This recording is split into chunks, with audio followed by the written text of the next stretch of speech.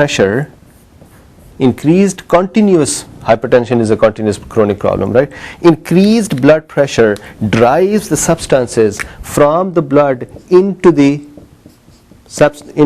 basement membrane.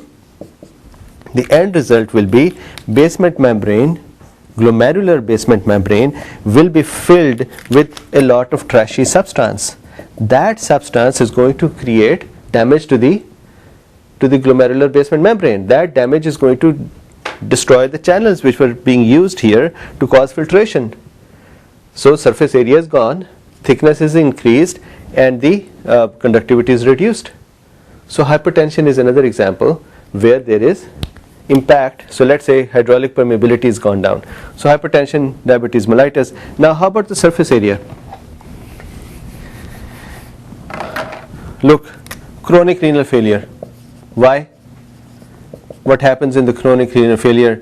There are multiple things which cause chronic renal failure, which contribute to the chronic renal failure, but at the end of the day, the parenchyma, the functional tissue of the kidney, starts degrading and going down. So if there were 1 million nephrons functioning, and due to chronic renal failure there are 500,000, that is 500,000 left now, then the surface area has become half, right? So chronic renal failure destroys the surface area by destroying the nephron. This is normally, there are two types of destructions here. One is that the part of the membrane is destroyed within one glomerulus, like focal segmental. In the other one is that the whole nephron, whole glomerulus itself is destroyed. So in that case you can say that out of let's say 1 million glomeruli, 100,000 are destroyed, 900,000 are left. So surface area is reduced.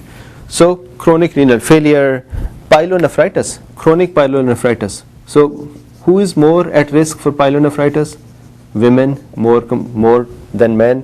Why? Because of recurrent infections, because of shorter urethra. Then the people with the vesico-urethral reflexes, that is a congenital problem, malformation of the bladder and the ureter connection. That also causes reflux, and that reflux would cause infections.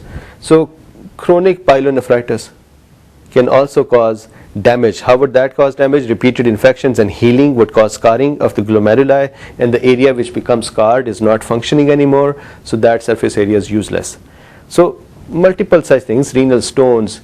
The thing here is to understand anything which destroys a glomerulus, right? Tubular necrosis can destroy a glomerulus. Glomerulus would regenerate, hopefully.